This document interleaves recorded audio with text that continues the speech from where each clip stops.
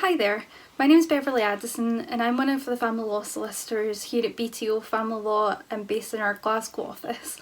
And over the next few months we're making it a mission to answer your most pressing family law questions, which has arisen from the coronavirus pandemic, but we thought why not answer all of the questions that people have so that people can share it more easily. So if you have a question that you would like us to answer, then please just drop it in the comment section below and we'll look to answer your question in a future update. You'll also be able to find my contact details and the contact details for the family law team as a whole in the description below. And if you feel like you're worried or that you need more specific answers to what's going on with you, then please feel free just to give us a buzz at the details below.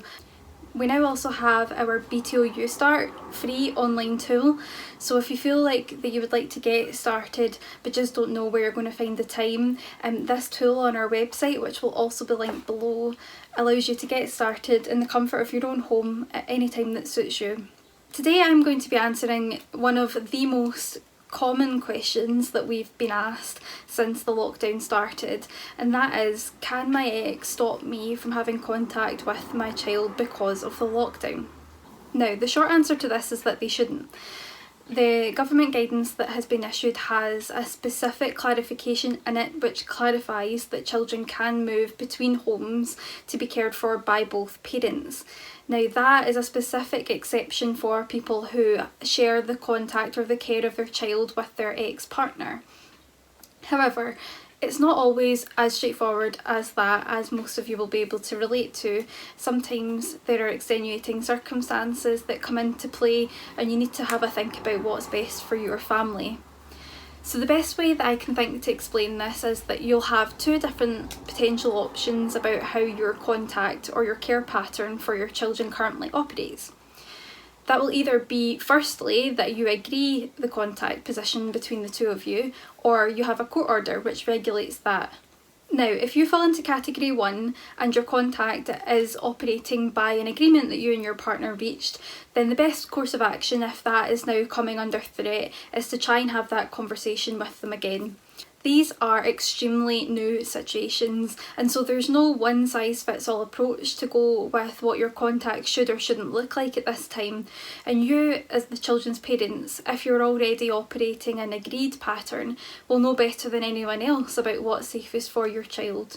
So that should always be your first port of call, to try and have that sensible discussion with your ex about what looks best for you during this new normal that we're going to be facing over the next few months.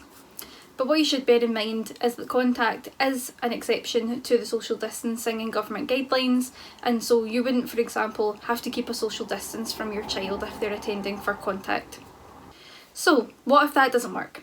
What if you've had that conversation and it just isn't happening, and you think that your ex is behaving unreasonably in terms of refusing the child access to you during that time?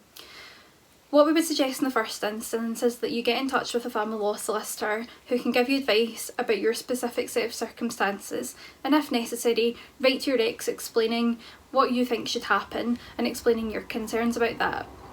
That oftentimes is enough to spark people into having to come to the table and come to a negotiated solution, but if not, then that solicitor can give you advice about how you can obtain a court order.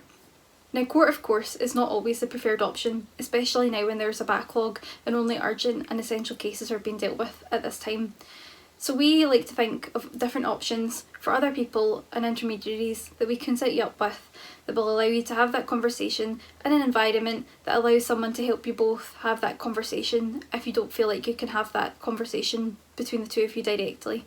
Some examples of that include mediation, which is where you have a mediator help you both have that conversation. Or if you feel like there needs to be a bit more of a therapeutic input, you can also access a family therapist or family coach who can help you both have those discussions, and if you have older children, can also involve them in that discussion about what they feel they would prefer to happen to allow them to feel safe and secure attending for contact. Now, option 2 is that you potentially have a court order. And generally speaking, if you have a court order, that means that you've already felt the need to have to litigate the action, and oftentimes people won't have the benefit of having an amicable working relationship with their co-parent. If that is the case and you have a court order for contact, that should still be complied with, assuming that that is safe for everyone to do. And again, that falls within the general exceptions of the lockdown restrictions that were put in place by the government at the start of the lockdown. However, if you're on the other side of a case where your partner refuses to allow the child to attend for contact based on that, and refuses to comply with the terms of the court order, that won't necessarily in and of itself be determined to be a breach, because the courts have issued a guidance note which states that if a parent with parental rights and responsibilities feels that it wouldn't be safe for the child to attend for contact, then they can use those parental rights and responsibilities to stop the child attending for contact. However, if that does happen, the next time the case returns to court, the parent must be able to show that they have behaved reasonably in making that assessment, failing which the court will deem them to have behaved unreasonably, which may have negative influences for the rest of that case, particularly if it is likely to head to a proof. So you want to be very careful about making any decisions to not comply with a court order, and always seek legal advice if you feel that that is necessary. Again, if you have a court order and your ex is not complying with it and you believe that that's unreasonable, then you should be in touch with your solicitor as soon as possible so that they can put that position in writing to your spouse's solicitor, which again can sometimes spark people to come to the table and come up with an agreement that works for everyone. There's nothing to prevent you from using alternative dispute resolution methods in that scenario, such as family therapy or mediation, which can sometimes help to bring you both together to have a conversation without the need to revert to court. Now, the golden rule here, no matter what your current situation is always to think about the best interests of your children first. They're just little versions of us, and they're having the same uncertainty, worries, concerns that the rest of us are having, and adding to that, not seeing a parent that they're used to seeing will only exacerbate any stress and anxiety they have. So always try and think about how you can best facilitate contact between a parent and the child if they don't live together, and if that's unsafe, for example if someone has underlying health conditions and requires to shield,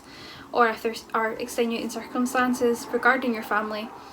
try and have a conversation between the two of you directly. That's always best for your family, to try and co-parent in the best way possible. And if that's not possible, then try and seek out the best help that you can to make sure that you preserve that relationship after this is done. Court should be used as a last resort, so try not to go there if you can possibly avoid it. But if that is necessary, make sure you seek advice from a solicitor so that you can be sure that the actions you're taking are best for you and for your child.